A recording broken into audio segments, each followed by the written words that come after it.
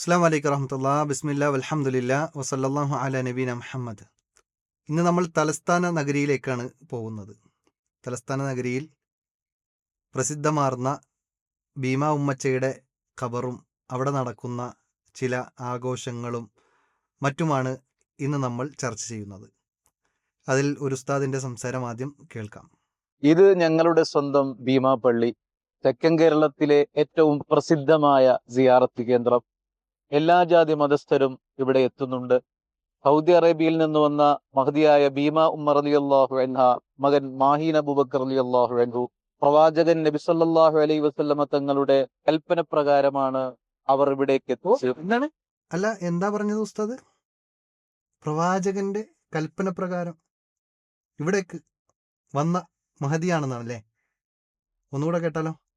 നബി സല്ലല്ലാഹു അലൈഹി വസല്ലമ തങ്ങളുടെ കൽപ്പന പ്രകാരമാണ് അവർ ഇവിടേക്ക് എത്തിച്ചേരുന്നത്. അപ്പൊ ഈ ഉസ്താദിന് ചരിത്രം അറിയില്ല എന്നാണ് ഞാൻ മനസ്സിലാക്കുന്നത്. ഉസ്താദെ, ഒന്ന് യൂട്യൂബിലേക്ക് സെർച്ച് ചെയ്താൽ എത്രയെത്ര വ്ളോഗർമാർ ഇതിനെക്കുറിച്ച് വിശദീകരിച്ച് പഠിപ്പിച്ചു തരുന്നുണ്ട്. ഒന്നും വേണ്ട, നമ്മുടെ ക്രോമിലൊന്ന് ഭീമ പള്ളി ചരിത്രം എന്നൊന്ന് അടിച്ചു നോക്കിയാൽ ഉസ്താദിന് വളരെ വ്യക്തമായ എൻ്റെ മുഴുവൻ ചരിത്രവും കിട്ടും. സൗദി അറേബ്യയിൽ നിന്ന് വന്നതാണ് ശരി, പ്രവാചകന്റെ കൽപ്പന പ്രകാരം വന്നു എന്ന് പറയുമ്പോൾ അവിടെ ഒരു നുണുണ്ട്. അതെന്നറിയോ? നമുക്ക് മറ്റൊരു വീഡിയോ കാണാം. അതുപോലെ തന്നെ ക്രോമിലെ ചില വിശദീകരണങ്ങൾ നമുക്ക് കാണാം. അതിലെന്താ പറയണമെന്നറിയോ? നിങ്ങൾ എന്നെ നേരിട്ട് കേട്ടു നോക്കി. ചരിത്ര പ്രസിദ്ധമായ തീർത്ഥാടന കേന്ദ്രങ്ങളിലൊന്നാണ് ഭീമാ പള്ളി. ഭീമാ ബീവിയും പുത്രൻ ഷഹീദ് മാഹീൻ അബൂബക്കറും അവിടെ അന്ത്യവിശ്രമം കൊള്ളുന്നുണ്ടത് തന്നെയാണ് അവിടെ ഇസ്ലാമിക ചൈതന്യം വളർന്നു വന്നത് പിന്നിലെ ചരിത്രം. ഇസ്ലാമിക മത പ്രചാരണത്തിന് വേണ്ടി ജീവിതം ഒഴിഞ്ഞുവച്ച മാതാവിൻ്റെയും മകൻ്റെയും ജീവിതം തീർത്തും മാതൃകയായിരുന്നു. ഹിജ്റ വർഷം 857 ഒന്നുകൂടി ശ്രദ്ധിച്ച് കേൾക്കുക. പ്രവാചകൻ ഹിജറ ചെയ്ത വർഷം മുതൽ 10 വർഷമാണ് പ്രവാചകൻ ജീവിച്ചിരുന്നത്. ഭീമ ഉമ്മച്ച ഇവിടെ കേരളത്തിൽ വന്നത് എപ്പോഴാണ്? ജീവിച്ചിരുന്നത് എപ്പോഴാണ്? അതൊന്ന് വർഷം ഒന്ന് കേട്ടു നോക്കാട്ടോ. ഹിജ്റ വർഷം 857 പ്രവാചക തിരുമേനിയുടെ ഗോത്രമായ ഖുറൈശി ഗോത്രത്തിൽ അറേബ്യയിലാണ് മഹദി ഭീമാ ബീവിയുടെ ജനനം. അപ്പൊ കേട്ടല്ലോ, ഹിജറ വർഷം 857 നിന്നാണ്. ഏകദേശം 850ഓളം വർഷം 850ഓളം വർഷം പ്രവാചകന്റെ കാലശേഷം കഴിഞ്ഞിട്ടാണ് ഭീമ ഉമ്മച്ച കേരളത്തിലേക്ക് വരുന്നത്. അപ്പോൾ ഈ ഉസ്താദിൻ്റെ അവസ്ഥ ഞാൻ ആലോചിച്ചിട്ട് എനിക്കൊരു എത്തുംപിടിയും കിട്ടുന്നില്ല. ഏതായാലും ഉസ്താദ് ഒന്നുകൂടി ചരിത്രം പഠിക്കണം എന്നാണ് ഓർമ്മപ്പെടുത്താനുള്ളത്.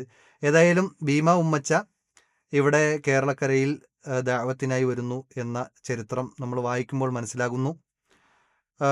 ഭീമ ഉമ്മച്ചയും മകൻ മാഹീൻ അബൂബക്കറും അവരുടെ ഖബറുകളാണ് അവിടെ ഉള്ളത്. പിതാവ് നേരത്തെ തന്നെ മരണപ്പെട്ടു പോയിട്ടുണ്ട്. അങ്ങനെ അദ്ദേഹം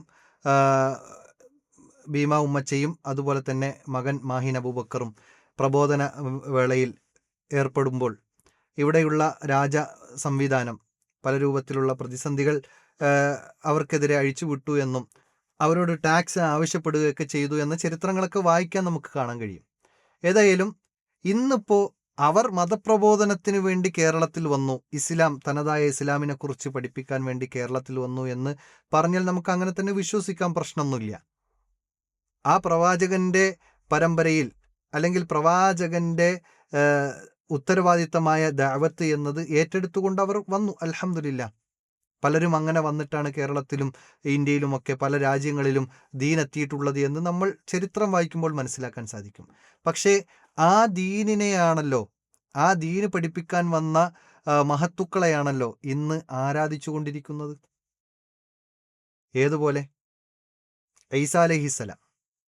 ഈസാ അലൈഹിസ്സലാം പ്രവാചകനാണ്, ദീന് പഠിപ്പിക്കാൻ വന്ന മഹാപ്രവാചകനാണ്. ആ പ്രവാചകനെ ഇന്ന് ദൈവമായി ആരാധിക്കപ്പെട്ടുകൊണ്ടിരിക്കുകയാണ് ചില സമൂഹങ്ങൾ. അതുപോലെ തന്നെ പല മഹത്തുക്കളുടെയും അവസ്ഥകൾ.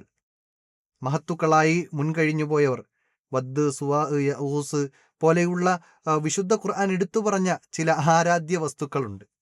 അവർ ആരായിരുന്നു? മുൻകഴിഞ്ഞ മഹാന്മാരായിരുന്നു. ഏതായാലും ഇവിടെ ഇവരെ എന്താ ചെയ്യുന്നത്? അവർ ഇവിടെ മരണപ്പെട്ടു, അവരുടെ ഖബറുകൾ ഉണ്ടാക്കി, പിന്നെ ആ ഖബറുകൾ എടുപ്പുണ്ടാക്കി അതൊരു വലിയ പള്ളി ഉണ്ടാക്കി അതിൻ്റെ മീതെ, പിന്നെ ആ പള്ളിയിൽ അവരോട് വിളിച്ചു പ്രാർത്ഥിക്കുന്ന അവസ്ഥ. ഇത് ഞാൻ വെറുതെ പറയുന്നതല്ല, നിങ്ങൾക്ക് നേരിട്ട് കാണാം. സാധാരണക്കാരല്ല, തലയിൽ കെട്ടുകെട്ടിയ ഉസ്താദുമാർ, മുസ്ലിയാക്കന്മാർ വിളിച്ചു പ്രാർത്ഥിക്കുന്ന രംഗം നമുക്ക് കാണാം.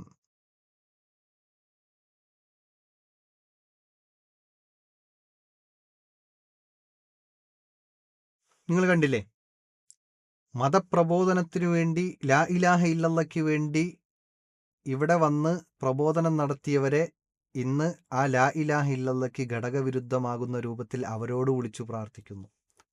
ഇനി പ്രാർത്ഥിക്കുന്നില്ല എന്ന് നിങ്ങൾ അവകാശവാദം വാദിച്ചാലും ശരി, ഇവിടെ ഒരു ഉസ്താദ് അതിൻ്റെ മുമ്പിൽ നിന്ന് തന്നെ പറയുന്നുണ്ട്. അത് നമുക്കൊന്ന് കേൾക്കാം. എല്ലാവരും വരും, അവരുടെ സങ്കടങ്ങൾ പറയും, അതിന് ഇവിടുന്ന് പരിഹാരം എത്തിച്ചു കൊടുക്കുകയും ചെയ്യും. വലിയ മാറാവ്യാധി രോഗികൾ വരും, അവരുടെ സങ്കടങ്ങൾ പറയും. അപ്പോൾ ഉസ്താദ് പറഞ്ഞത് കേട്ടല്ലോ, മാറാവ്യാധികൾ, പ്രയാസങ്ങൾ, പ്രശ്നങ്ങൾ എന്തുമാകട്ടെ ഇവിടെ വന്ന് പറഞ്ഞാൽ അതിന് ഉത്തരം ലഭിക്കും, പ്രയാസം മാറും, ബുദ്ധിമുട്ട് മാറിക്കിട്ടും എന്നൊക്കെയാണ് ഉസ്താദ് പറയുന്നത്. വിശുദ്ധ ഖുർആനിന് നേരെ ഘടകവിരുദ്ധമായ പ്രവർത്തനം. വിശുദ്ധ ഖുർആനിൽ പറഞ്ഞത്, നിങ്ങൾ അവരോട് പ്രാർത്ഥിച്ചാൽ നിങ്ങളുടെ പ്രാർത്ഥന കേൾക്കുകയില്ല. നിങ്ങളുടെ വാദത്തിനു വേണ്ടി എന്തെങ്കിലും സമ്മതിക്കാം, ഇനി കേൾക്കുമെന്ന് വച്ചാൽ പോലും മസ്തജാബുലക്കും, നിങ്ങൾക്ക് അവർ ഉത്തരം നൽകുകയില്ല, നിങ്ങളുടെ പ്രയാസങ്ങളെ ദൂരീകരിക്കാൻ സാധിക്കുകയില്ല. അള്ളാഹു വിശുദ്ധ ഖുർആനിൽ വീണ്ടും പറഞ്ഞു, ളഅഫത്താലിബു വൽ മത്ലൂബ്, തേടുന്നവനും തേടപ്പെടുന്നവനും എത്ര ദുർബലൻ.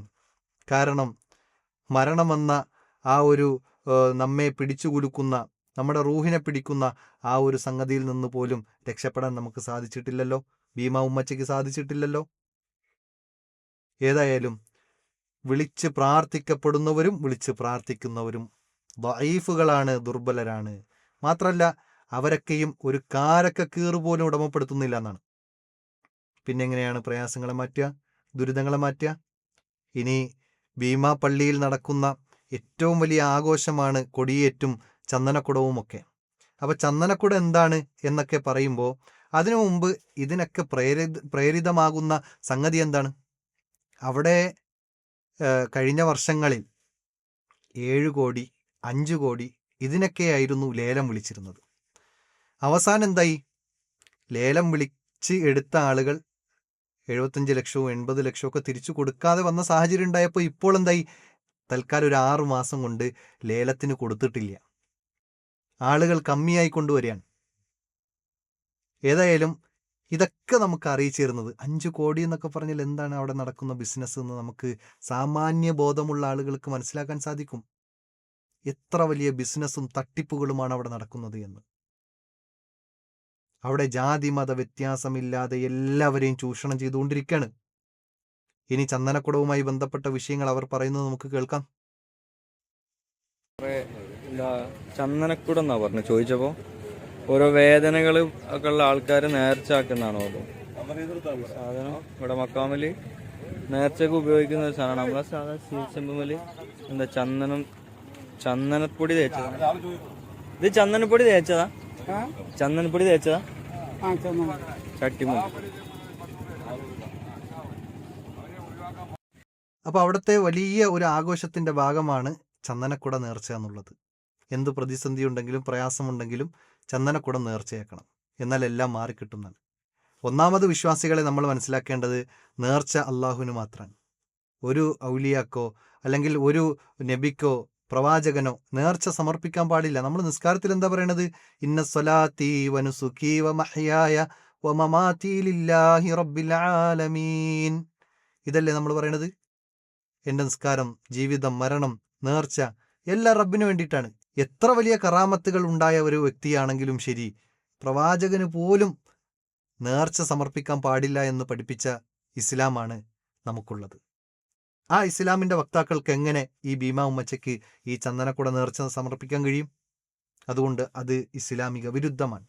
ഇനി അവിടെയുള്ള മറ്റൊരു ആഘോഷത്തിൻ്റെ ഭാഗമായി ചെയ്യുന്ന കാര്യങ്ങൾ അതിൽപ്പെട്ടതാണ് ആ കൊടിയേറ്റം എന്നുള്ളത്. അതിന് തന്നെ ചില ശൈലികളും രൂപങ്ങളും ഒക്കെ ഉണ്ട്. അത് കമ്മിറ്റിക്കാർ പറയുന്നത് നമുക്കൊന്ന് കേൾക്കാം. വന്ന് മക്ബറയിൽ വന്ന് സിയാറത്ത് ചെയ്യുകയാണ്, എന്തെങ്കിലുമൊക്കെ അവിടുത്തെ വെള്ളവും പട്ടിനും പൂവിനും ഒക്കെ പ്രധാനപ്പെട്ടതെന്ന് പറഞ്ഞുകൊണ്ടാണ് ആൾക്കാർ ഇങ്ങനെ വന്നു പോയിക്കൊണ്ടിരിക്കും. ചന്ദനക്കുടം ഒരു നേർച്ചയാണ്. അവർ നേർന്നുകൊണ്ട് വരുന്ന ഭക്തജനങ്ങൾ നേർച്ചയായി കണക്കൊണ്ട് ഒരു ചന്ദനക്കുടം കൊണ്ട് വെച്ച്, ഇപ്പോഴങ്ങനെയല്ല, ഈ പള്ളി കറങ്ങി വരുന്നതാണ് ഒരു നേരത്തെ ഉള്ള ആചാരം. അതല്ല, നിങ്ങൾ മാറ്റിയെടുത്ത് ചന്ദനക്കുടം വെച്ചുകൊണ്ട് നേരെ മക്ബറയിലേക്ക് കൊണ്ട് കൊടുക്കുന്ന പതിവാണ് ഇപ്പോൾ ഉള്ളത്. 45 വർഷമായി ഈ മഹല്ലിലെ ആൾക്കാർ ഗൾഫ് രാജ്യങ്ങൾ, ദുബായിൽ നിന്നാണ് 45 വർഷത്തിലേറെ കൊടി ഈ രണ്ട് മിനാരങ്ങളിൽ വരുന്ന കൊടി കയറുന്നത്. ഇവിടുത്തെ ആൾക്കാർ അവിടെ വസിക്കുന്നുണ്ട്. പ്രവാസികളായ ഒരു കൂട്ടായ്മയാണ് ഭീമാപള്ളി മുസ്ലിം ജമാഅത്ത് പ്രവാസി കൂട്ടായ്മ എന്നാണ് അറിയപ്പെടുന്നത്.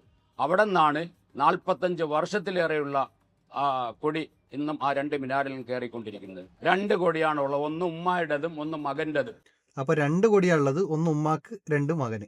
ഓക്കെ, ഇനി അദ്ദേഹം പറയട്ടെ. അതായത് ഉമ്മയുടെ കൊടി, ബീവിയുടെ കൊടി പിന്നെ പച്ച മുകളിലും ചുവപ്പ് താഴെയാണ് വരുന്നത്. മകൻ്റെത് അങ്ങനെയല്ല, ചുവപ്പ് മുകളിലും പച്ച താഴെയാണ് വരുന്നത്.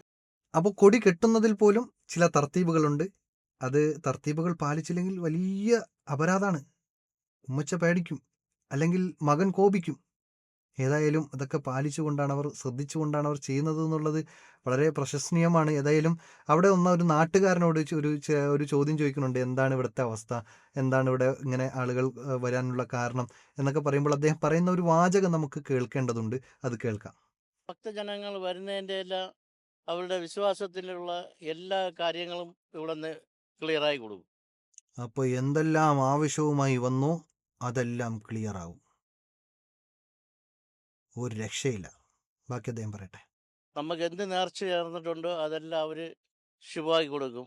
നമുക്ക് എന്ത് അസുഖമുണ്ട്, നമ്മളെ വീട്ടിന് എന്തെങ്കിലും ബുദ്ധിമുട്ടെല്ലാം ഉണ്ടെങ്കിലും അവരതേ ഇതിൽ മാറ്റി കൊടുക്കും.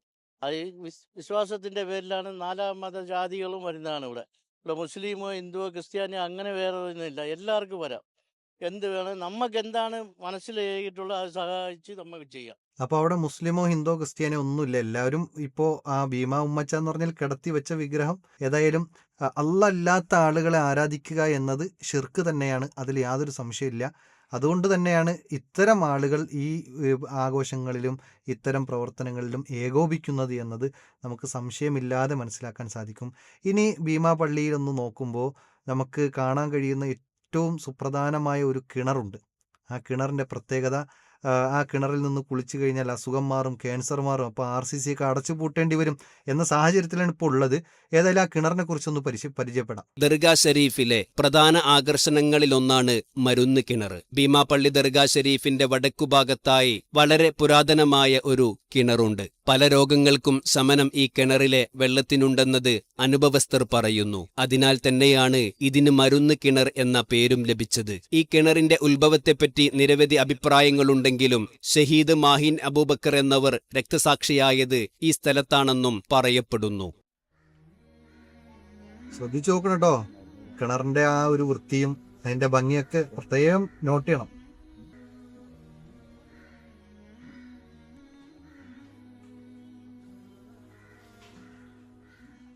ഞാൻ ഈ ഒരു വീഡിയോ കണ്ടപ്പോൾ എൻ്റെ മനസ്സിലേക്ക് വന്നത് 5 കോടി രൂപയൊക്കെ കൊടുത്ത് ലേലത്തിനെടുക്കുന്ന ഈ കമ്മിറ്റിക്കാർക്ക് ഒരു മോട്ടറും ഒരു പൈപ്പും വെച്ചു കൊടുത്ത എന്താണ് പ്രയാസം എന്നാണ്. അവിടെ ഒന്ന് പെയിൻറ്റും കൂടി അടിച്ചിരുന്നെങ്കിൽ എത്ര വൃത്തിയായിരുന്നു. ഏതായാലും ഇതൊക്കെയാണ് ഭീമാപള്ളി വിശേഷങ്ങൾ. ഇൻഷാ അല്ലാഹ് ഇതുപോലെ നമുക്ക് കേരളത്തിലെ പല ജാറങ്ങളെയും പരിചയപ്പെടാനുണ്ട്. അല്ലാഹു സുബ്ഹാനഹു തആല ഇത്തരം ഷർറുകളിൽ നിന്ന് നമ്മെല്ലാവരെയും കാത്തു സംരക്ഷിക്കുമാറാകട്ടെ. അസ്സലാമു അലൈക്കും വറഹ്മത്തുള്ളാഹി വബറകാതുഹു.